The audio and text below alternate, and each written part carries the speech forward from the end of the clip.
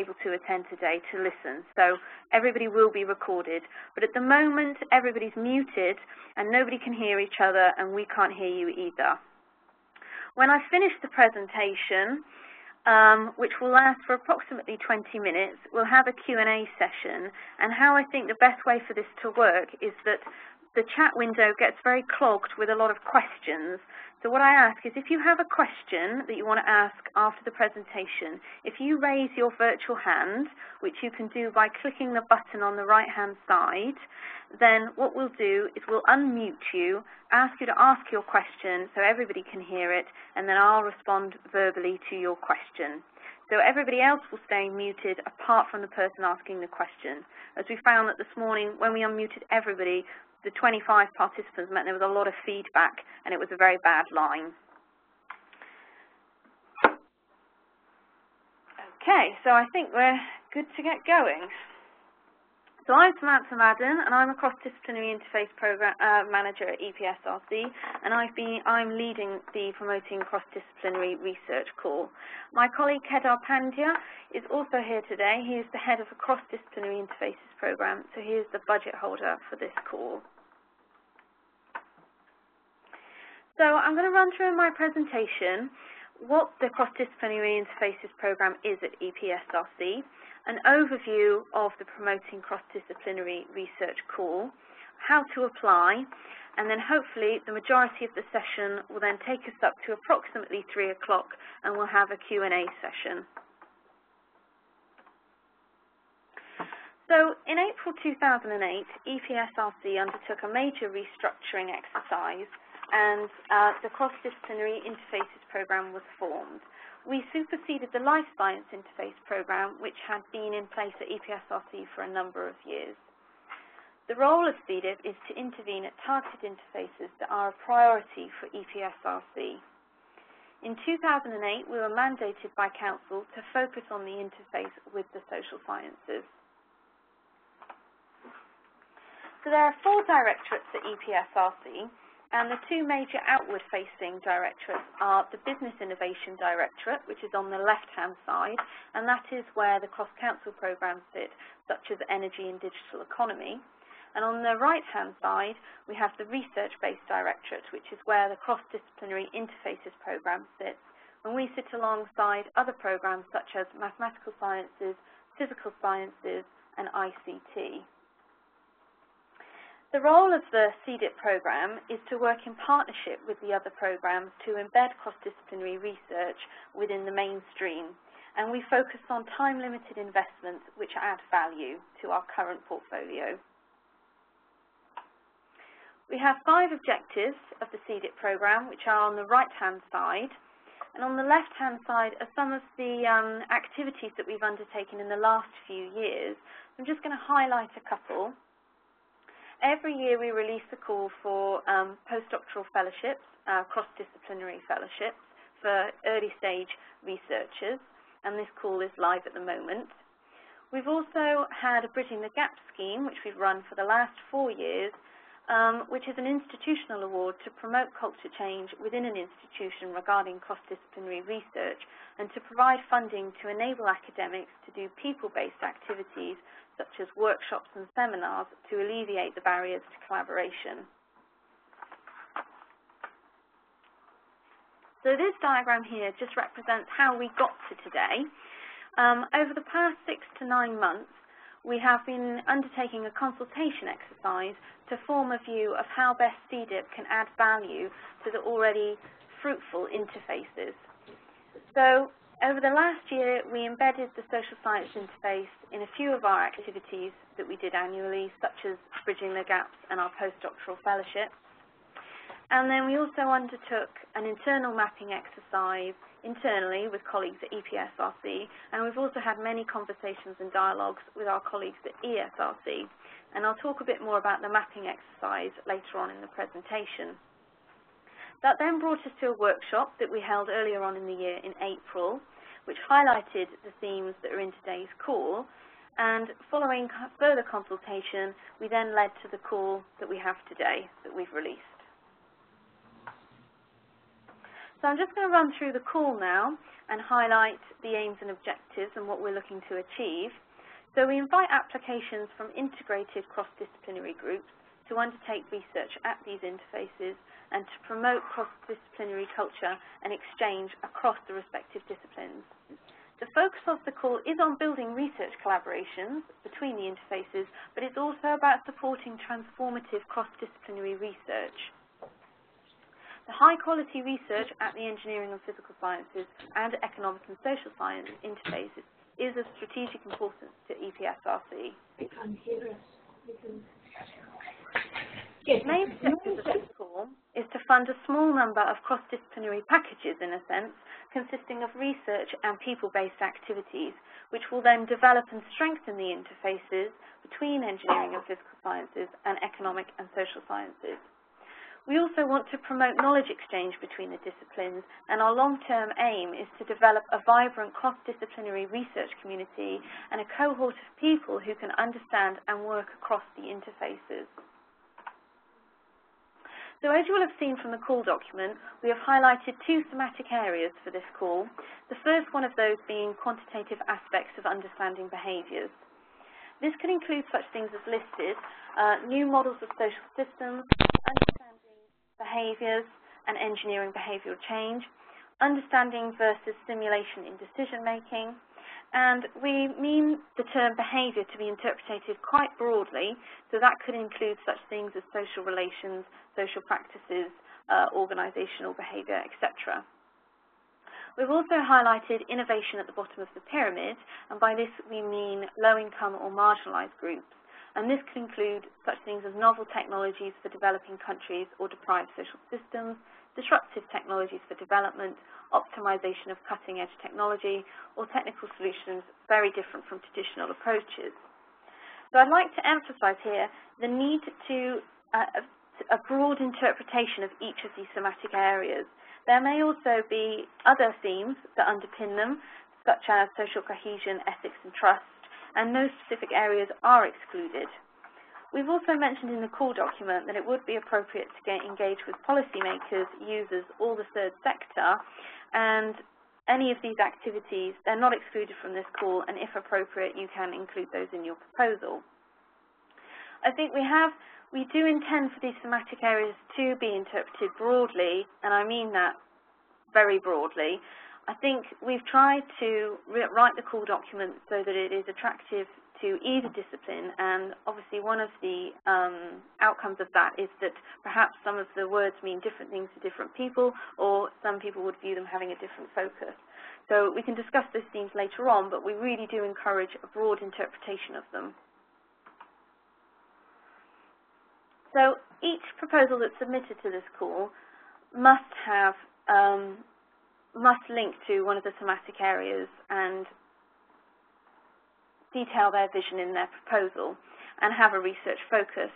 And under the research focus, we are looking to address novel EPS and ESS research challenges in that given thematic area. We should also hope that you'd be looking to undertake potentially transformative, truly cross-disciplinary research, providing researchers with the opportunity to explore new research questions across the disciplines.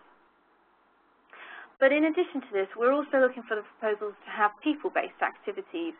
So here we're looking to support a suite of people-based activities to grow a multidisciplinary working environment and to initiate new long-term collaborations between researchers across the disciplines and to alleviate barriers to collaboration. So this Venn diagram speaks 1,000 words. Well, this diagram really just represents what I've just said. So we want the proposals to be bounded by a thematic area, but to have these two streams in them, and one of those being research focus and the other one being people-based activities. And I've highlighted some things here in the diagram that could be included in either one of these streams. So such as, for people-based activities, you may wish to hold seminars or workshops, translators, or engage with the public. For research focus, that could be a suite of research themes and questions that you want to address. Perhaps it could be feasibility studies or people support. There's some arrows in between the two streams as we envisage these being interlinked, and the outputs from one may input into the other, and that they will be integrated throughout the duration of the proposal. But please note that the diagram does aim to demonstrate the ethos of the call and is not an exhaustive list, and it is for the team of investigators to determine the best balance between the two streams and the most appropriate structure and mechanisms that they want to put in place to meet the objectives of the call. Every proposal that's submitted to the call also needs to be underpinned by networking activities, which I'm going to talk about next. So each proposal must ring-fence 5% of its funds to networking activities across the successfully funded bids, as one of our aims is to build a community of knowledgeable cross-disciplinary researchers working across the interfaces who are advocates for the opportunities that exist in the space. There is no predetermined composition of the 5% costs, and obviously at this stage you're not aware who successfully funded bids are, but we would hope in your proposal you would outline some of the activities that you would wish to undertake if you were successful with the successfully funded bids. And again, it's for the team of investigators to determine how best to use the fund and what's most appropriate for your research area and for the proposal. So we do intend these awards to be flexible, and we've put in the call document that it is not a requirement to outline predefined projects, as we recognise that some groups that submit to this call may not have a strong track record of working together before, so perhaps more time is needed up front for the groups to get together and discuss the research problems and co-construct the questions. So perhaps some proposals that are submitted may be more speculative than others. However, saying that, I think you do need to recognise that there does need to be enough detail to excite the peer reviewers and to explain the relevance to the call and the research that will be novel and exciting in engineering and physical sciences and economic and social sciences. As I said previously, we do intend a broad interpretation of each thematic area, and no specific areas are excluded, but I would ask you to note the following 4 points. Proposals funded under this call will need to have a clear emphasis on promoting cross-disciplinary working with strong integration of economic and social sciences, and proposals with insufficient emphasis on novel EPS and ESS challenges will be rejected without recourse to postal peer review. Conversely, the involvement of leading researchers in the economic and social sciences will be critical to the success of these research proposals. New proposed collaborations are acceptable, but bids with insufficient engagement with appropriate areas of economic and social sciences will also be rejected without recourse to postal peer review. So what I'm saying here is that groups that submit to this call will need to be fully integrated. We would not wish to see a social scientist tagged on to look at a problem at the end or vice versa. We would also not looking for kind of service disciplines in the proposal, and we really want true integration between the interfaces and the disciplines. The consideration of creative people-based activities is also a prerequisite for the proposals. Any proposals that do not have activities to alleviate the barriers to collaboration and change attitudes and perceptions will also be rejected before peer review. So you do need to have that element of people-based activities. It's not just a research proposal. And when making funding decisions, we will take into account our existing portfolio of research, including such calls that we've done recently, such as the Sustainable Urban Environments Programme and the Cross-Council Mission Programmes, such as Energy and Digital Economy. And proposals which appear to overlap significantly with existing investments will not be supported through this call. So this comes back to the mapping exercise that I touched upon earlier. In Annex 1 of the call document, it highlights, there's a diagram there that shows previous targeted interventions at the engineering, physical sciences, economic and social science interfaces. So there are many ways to cut this, and you could put the proposals in different themes or areas, but we wanted to represent the major investments that have happened previously at the interfaces. And this does highlight the big activity, so it doesn't cover such things as responsive mode. I'll just move on to the next slide and you can see the diagram. although you probably can't read it, it's a bit small. But hopefully you should be able to zoom into the PDF which is on the website and look at some of the activities there. There's also a text, a Word document of all the text that's in there if you can't do that.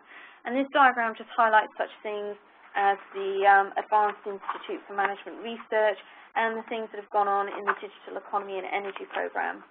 So I think what I'm trying to get across here is that there's been a lot of investment already at this interface, and we're not looking for proposals that duplicate this work or overlap with previous investments. Okay, so I'm just going to run through now a little bit more of the process and how to apply. All proposals need to be submitted through the JES system, the Joint Electronic System, and proposals should be costed under FEC, and any costs that are eligible under FEC can be requested for this call. And you should refer to our funding guide, which is on our website, and there's a link to it on the right-hand side, and that gives details of investigator eligibility and things that can and can't be requested. I would ask that only one JES form is submitted per proposal. Single institutional, multi-institutional bids are acceptable, and we don't have any requirements of either. I think whatever is suitable, and we would always encourage best with best. But we would ask that one JES form is submitted per proposal, as this does allow for maximum flexibility between the grant, which is something we would encourage in these proposals. As well as the JES form, you also will need to submit a case for support, which is made up of a 2-page track record and 6 pages outlining the proposed research and activities that you wish to undertake, up to 2 pages pathways to impact, and up to 2 pages justification of resources, and up to 2 pages of a work plan. There's more detail regarding these documents in the call document and on our website, and I haven't gone over them here as I wanted to allow for the most amount of time possible for Q&A. But if you have any questions on things like that, we can talk about them offline at a later date. So the proposals will be assessed with the following criteria at the postal peer review stage, and that will be the relevance to the objectives of the call. So in particular, that's the research focus and how it is related to the thematic area, the people-based activities and the level of engagement of the appropriate areas of the economic and social sciences, the quality of the research, the potential research impact, the ability of the applicant team to deliver the research, and the resources and management. In addition to this criteria, the panel will also be asked to consider how the proposals successfully meet the aims of the 2 streams, that's the research focus and people-based, and how the proposal aims to promote cross-disciplinary culture across the relevant disciplines. So all standard EPSRC practices and procedures will be followed throughout this call, and reviewers will be asked to use the standard EPSRC reviewer form, which is available on our website, and you can see what the reviewers will actually be asked and in what format. And there's also a link to that on the bottom of the web page where the call document is. We will be working in partnership with ESRC during this call regarding things such as remit and regarding reviewer suggestions and panel members. And something that is non-standard for this call is I've asked you to nominate 5 reviewers, and that is to help us in the postal peer review of these applications, as I think we recognise that sometimes peer reviewing at this interface can be harder than other interfaces. So I would ask you to suggest people who are experts in the field and are able to judge the value of the research to people who might use the results. Please do not suggest reviewers who you've had a close working relationship to in the past, and please do not approach nominated reviewers beforehand.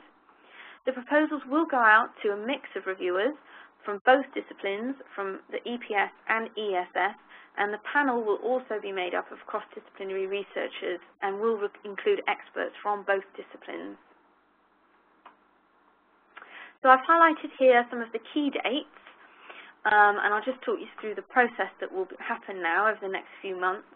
So we released the call in July, then we have today's webinar, and the next date to remember is the intent to submit deadline, which I shall talk a bit more about that on the next slide. The deadline for full proposals is 4 p.m. the 12th of October, Then the postal peer review will be undertaken between October and November, and then we aim to have the prioritisation panel meeting in January next year, and there the panel, with the evidence of the proposal, the reviewers' comments and your PI response, will then make a decision on which groups to invite to interview, and we'll hold an interview panel in February of next year. And the PI and up to 2 other people will be able to attend that, so there'll be 3 people. And the people that are invited to that, they'll receive further information about the format of that nearer the time. So the register intent to submit form. So we've asked you to send in the intent to submit form, which again is downloadable from the website. And this is for if you are planning on submitting a full proposal, we ask you to submit one of these forms by the 10th of September at 12 o'clock. There will be no scientific assessment on this form. This is purely for the office purposes. This is so that we have an indication of the number of proposals that will come in for this call, which areas they will cover, and therefore which peer reviewers and panel members we need to approach to ensure that we can peer review these proposals as successfully as possible. I also want to highlight the discipline hopping call that we've also released that's live at the moment, which complements this call. And there we are inviting applications from established researchers from across the disciplines who wish to explore a new research area and are passionate about cross-disciplinary working. The closing date for these proposals is 4 p.m. on the 16th of September, and that call is live now on our website. You can read further information there. Okay, so what I'm going to do now is I'm just going to pause for 5 minutes, as I'm aware that there are quite a few people that are logged into the webinar who are in groups, and they may just want to discuss what questions they want to ask. I'm just going to take a break as well so that we can organise things here from a technical point of view. And what I would ask is that if you have a question, if you can raise your virtual hand, we'll then make a note of who has a question, and then what we'll do is we'll come to you in order the best we can, unmute you, I'll ask you to ask your question verbally, and then I will respond. Okay, so we'll just take a break for 5 minutes. If you have any technical questions, again, please use the chat window. Thank you.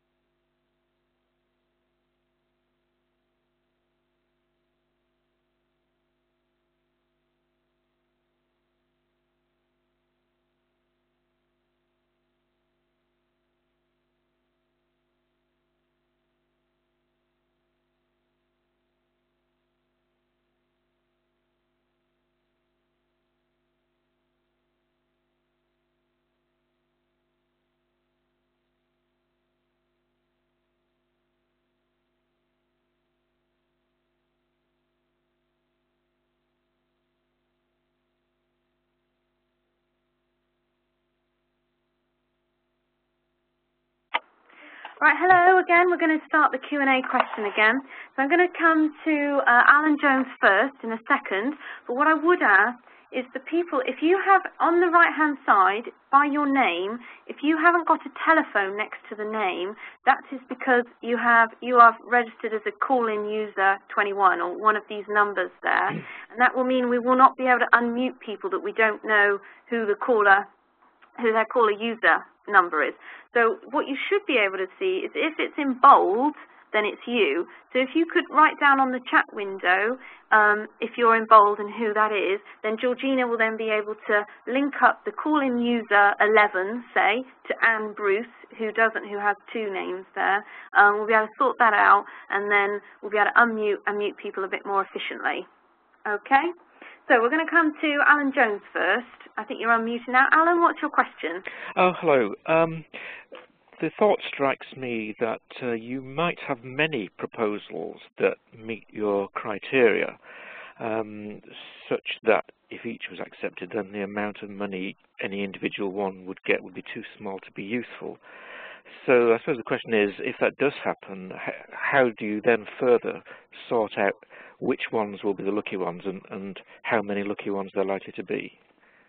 Okay, so first of all, we've put aside $6 million for the call, and we hope to fund 4 proposals. And what we will do is at the interview stage, we will hold the interviews, and then the panel will then make a rank-ordered list of the proposals in order of research quality and the best fit to the aims and objectives of the call. So when we have that list then, depending on our budget of $6 million and depending on how much those top proposals are, we will fund down the list as far as we can. So perhaps we will get to 3 or 4 proposals as we envisage them to be about $1.5 million, these proposals. So it will mean that not everyone will get a small slice, but the people that are at the top will get fully funded. Yeah, okay. Okay? Yeah. Any other question, or was that's okay? It. Yeah. Okay, I think we're going to come to Nick next. We're just going to unmute you, Nick. Where are you? Nick Schrain. Yeah. Hi, Nick. What's your question? Well, a very easy one to start with. We just wanted to confirm that can we address just one of the thematic areas rather than both?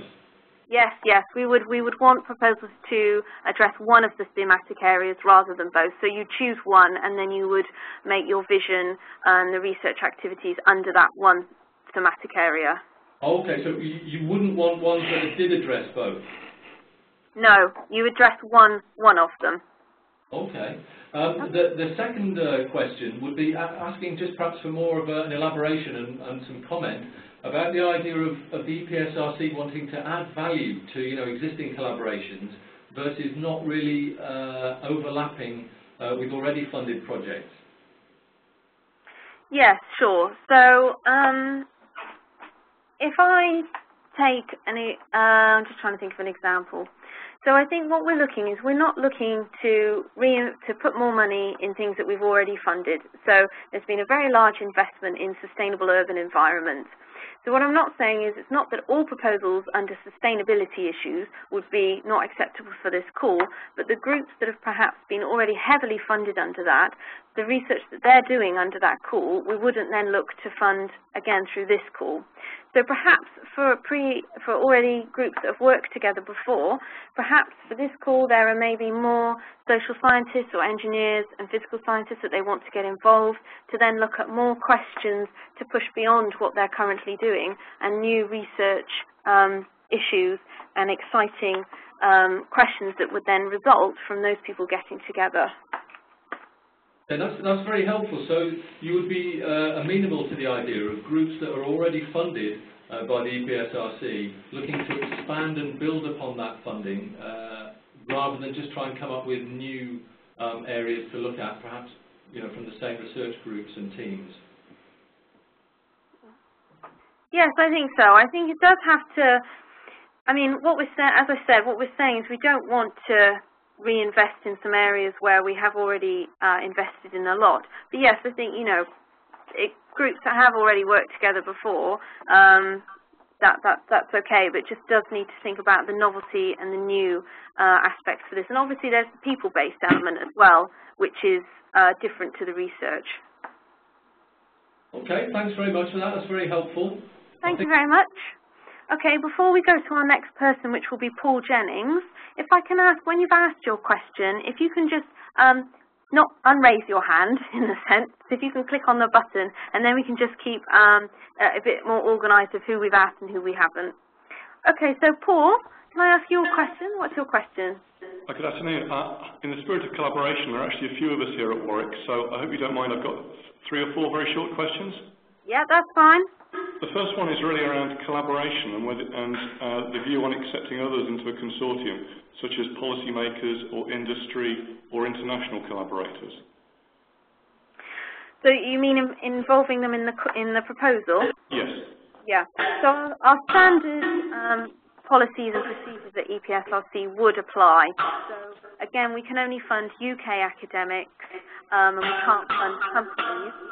But the standard things that we normally do, such as visiting researchers that come to visit us in the UK or overseas travel, those things are acceptable under this clause.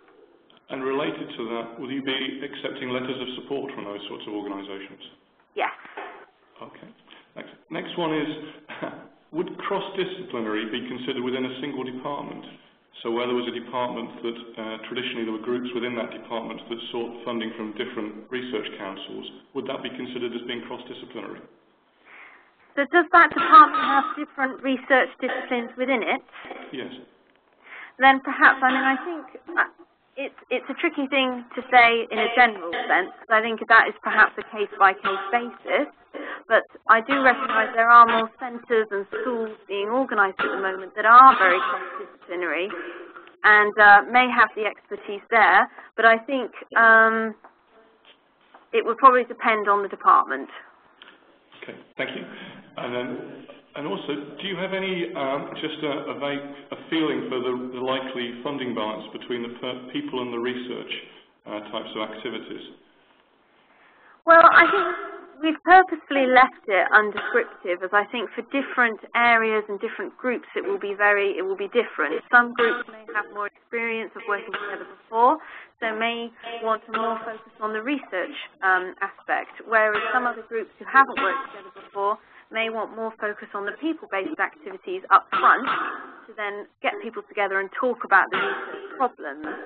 So I think it's dependent on the group, and we wouldn't, I think as long as you explain the reasoning in your proposal for why you've chosen that balance and structure, then that's for the peer review to decide. Okay, thank you. And then just one final one. Yep. Is it okay to nominate international reviewers? Yes, that's fine. Okay. Thank you ever so much for our questions. Thank you, no problem at all. Okay, our next person we're going to come to is Sue Morton. We're just waiting to unmute you, Sue. Okay, Sue, I'm not sure if you can write, we'll go to the next person. If you can write in the chat window which caller ID you are, then we'll be able to unmute you for the next question. She's already tried to tell us, but she's got her name in bold, so she doesn't know. She doesn't, okay. Okay, Sue. But I could unmute that whole section. Sue, I'm told that you're not sure what your caller ID is. If you want to write your question in the chat window, then I'll read it out and I'll answer it. Okay, but we'll move now to Sally Connor. Hello. Hi, is that Sally? It is, yes. Hi, Sally, what's your question? Like what? We've got quite a few people here at Cardiff, so we've got three questions here from 3 people. Okay. Okay, the first one. Hi there. I just want to ask a question regarding integration between the 2 disciplines. This is actually an EPSRC call. Do you expect the project to be engineering and physical science led? Not necessarily, no. I think we would want the most appropriate person that has the skills and expertise to lead up the project to lead it. So no, not necessarily. I think we are the Engineering and Physical Research Council, so there does need to be a strong focus on the EPS questions, but no, that doesn't mean that it needs to be led by an engineer or physical scientist. A social scientist could be a PI on the grant. Okay, thank you. Thank you. Okay, next question. Hi, Is it possible for you to expand a bit on the key thematic areas? I've got a sort of specific question, but in general as well, in expanding. So the specific question is with the first of the two, you talk about quantitative aspects of understanding behaviour. Is this excluding qualitative, or could it be looking to build from qualitative to quantitative modelling, but just sort of more general information on them? Sure. Yes. No, it wouldn't exclude qualitative aspects, and certainly building on qualitative aspects, then moving into a quantitative model, like you say, would certainly fit that theme. And I think that is what we're looking at there. I think there are many things. So perhaps an example could be understanding why people use public transport or not, and then it could be developing a model to understand that behaviour. And there's a lot of kind of social science methodologies and models out there that maybe haven't been put into a quantitative model that would require new science and people to get together to do that. So that could be an example, one example of many under that theme. Okay, I don't know if you've got anything else you can add in general about the themes, or I mean, in what way? Just any other general information you can provide on them, or is it just very open to interpretation? Yeah, I would say they are. I mean, we don't want to be too prescriptive, because I think we are quite conscious that words can be interpreted very differently for different disciplines, and there can be different interpretations. So yes, we do intend them to be quite broadly interpreted, and that is then in the proposal for the applicant team to justify how they meet that thematic area. I would say these do come from a workshop that we held, so if you did want more information, I could send you the report from that workshop. I mean, it's very much summarised in the core document. Great, thanks very much. Thank you. I think we've got one more question actually. Yep, no problem.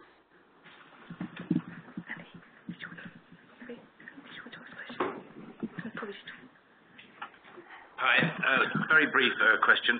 You use the phrase true integration. Do you want to say a little bit more about that? Does that address methodological, theoretical and practice innovation? Yeah. So by full integration, I mean full integration in the groups between the disciplines.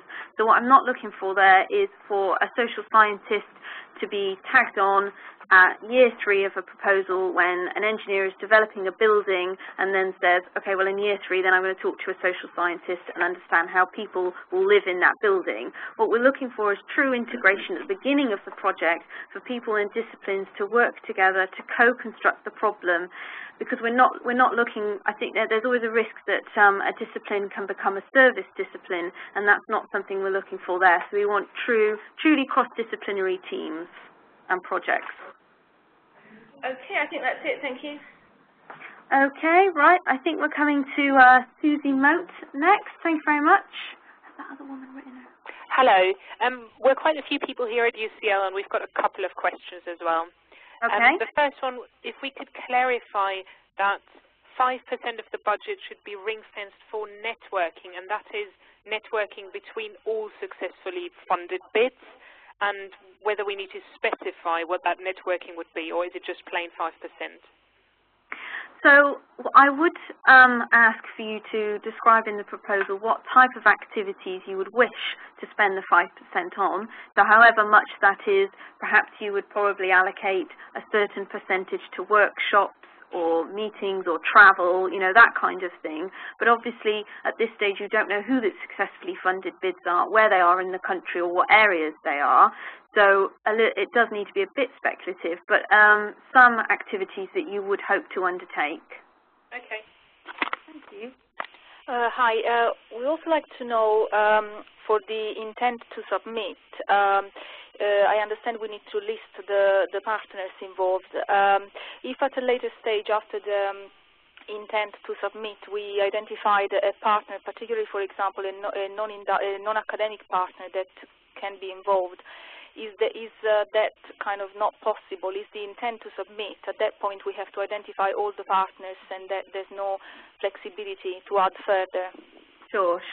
No, I mean there is flexibility, and partners could be added or removed from the intent to submit form. Again, perhaps even the university partners might change. I think just whatever you write on the intent to submit form, that you're not stuck to that. There is flexibility, but it just enables us, the main aim of that is to be aware of which institutions are submitting and which areas and which academics, just to get a feel and prepare. But the PI has to stay the same? Not necessarily. I mean, I wouldn't hold that to you, but I would probably be surprised a month before the closing date if the PI did change. But no, I mean, the structure of the group could change. And just because you submit an intent to submit form doesn't mean you have to submit a full proposal if things change as well. And leading on to that, about non-academic partners, how would you recommend, if we have some academic partners in mind, how to involve them? Would they be framed, especially in the costing, for example, as subcontractors? Or the sort of things that we've encountered in the past is that sometimes industrial partners want to be paid even if they attend workshops, for example. Otherwise, it might be quite difficult to involve them. Would you see these as suitable, for example? So it would probably be our standard rules on that. I mean, they could be project partners, and then they could be contributing to the proposal. If they're looking to request costs, then we probably would need to discuss that and look at why and who they were. So we could look at that offline, and we could discuss that. We can certainly discuss those options. And there's one more. Hi Sam, it's Stephen here. Oh, hi Steve. You right? Yes.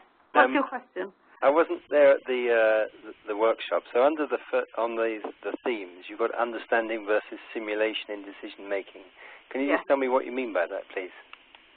Yeah. So I think what we wanted to emphasise there was that many applications that you think of might be about understanding behaviours, so understanding why a person takes the bus rather than walks to work, for example.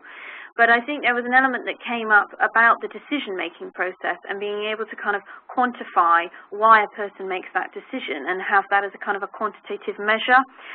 So that was kind of where that came from, in that we meant, as I say, behaviour to be interpreted quite broadly, and perhaps that might include decision-making and modelling that and simulating that. Okay, thank you. I think that's from it. Okay, thank you. Right. The last few questions, yeah, we've got one from Sue. I'm just reading it now. So Sue's question is, I don't think everybody could read it because she sent it to Georgina privately. So it's about the investigators. Can people be named as co-investigators on more than one bid? And what is the expected duration of projects? How many years? So the first question, yes, people can be. There aren't any restrictions. There also aren't restrictions on the number of bids an institution can submit. But I think we would, as these are large awards, we would welcome institutions to be coordinated in the number they submit, and also that the investigators to decide which is their priority bid and where they see their strengths really adding to, as obviously the panel will have all the information in front of them. Regarding the length of the project, no, there is no restriction. I think, again, it will be very different for different groups, some that have worked together before rather than others that are new, kind of relatively new collaborations. So no, it's not. I mean, we envisage them being about 1.5 million, so whatever duration is most appropriate for the research area and the people. Okay, so we're coming up to time, so we've got a question from Anne Bruce, Richard Davis, Mark Lysett and Marina. So we'll answer those 4 questions and then we'll probably have to bring it to a close. So I'll come to Anne Bruce first. Hello, it's actually Donald Bruce. Hi Donald. No, sorry, my husband. And we're in Edinburgh.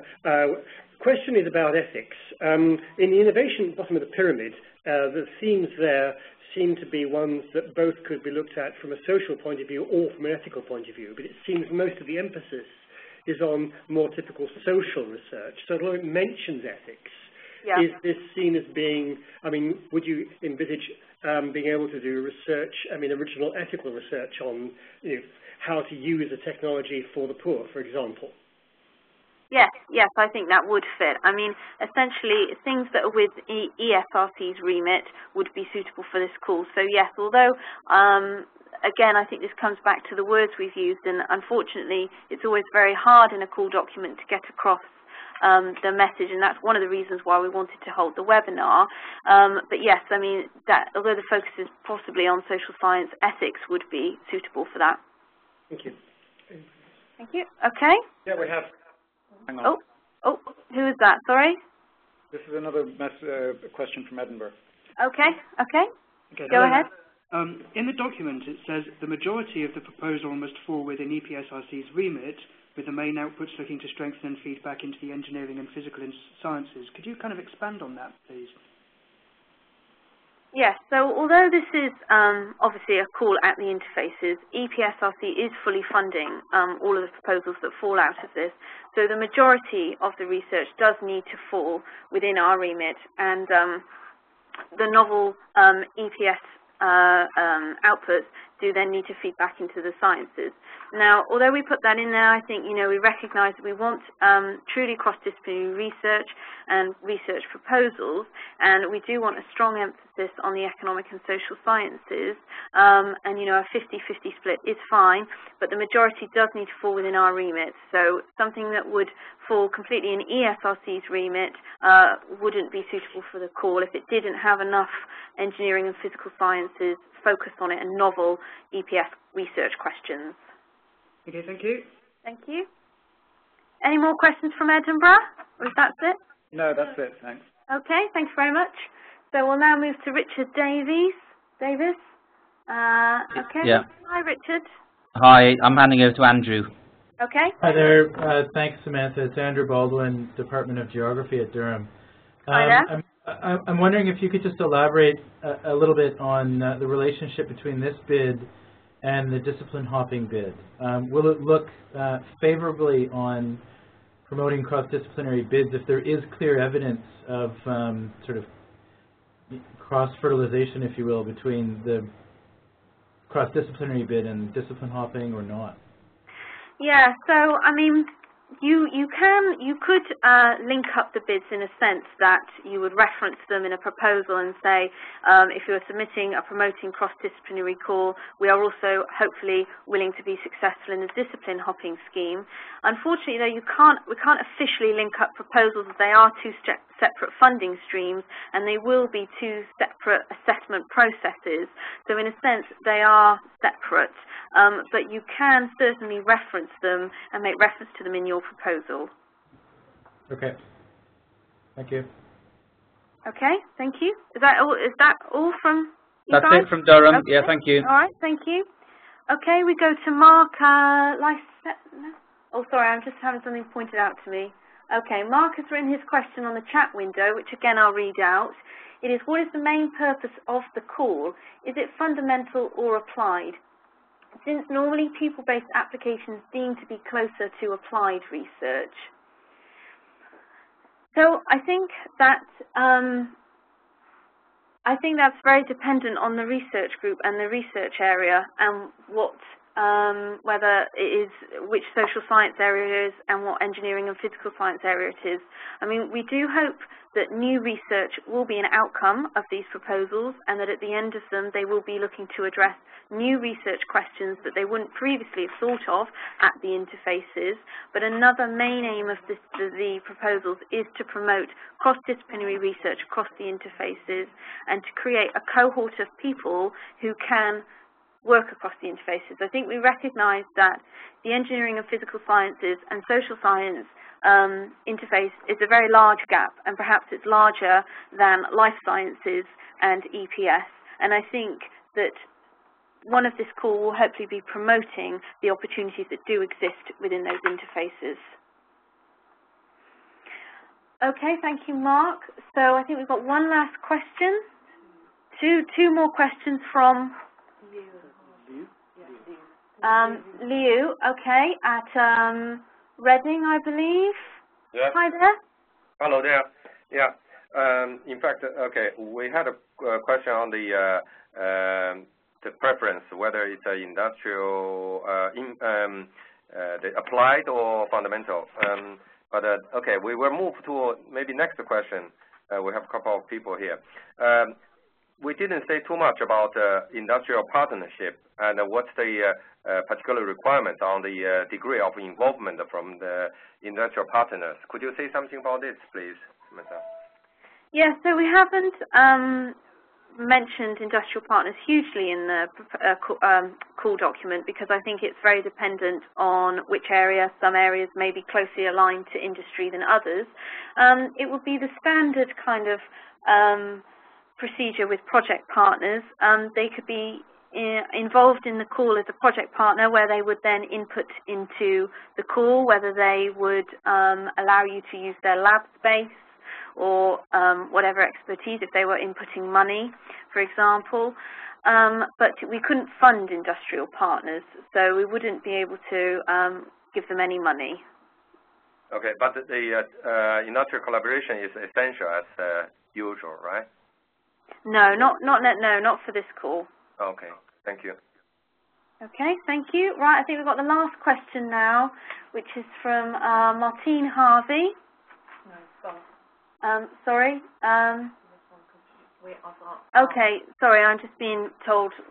So I've got another private question to ask first that hasn't been able to communicate verbally. So the question we've got here is, can we collaborate with groups in other universities, or is the collaboration restricted to the same university? The answer to that is no. Either single institutional bids or multi-institutional bids are allowed for this call. Okay, we're just trying to organise. I think we've got one last question. Have we got one more question? Yeah. Okay, we're just trying to get the question through now. Just bear with us.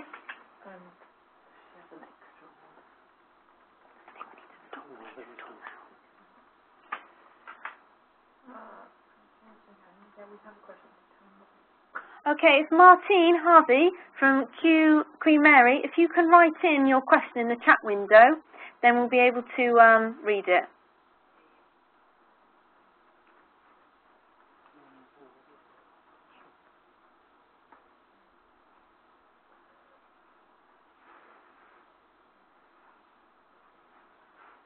Can we not unmute her?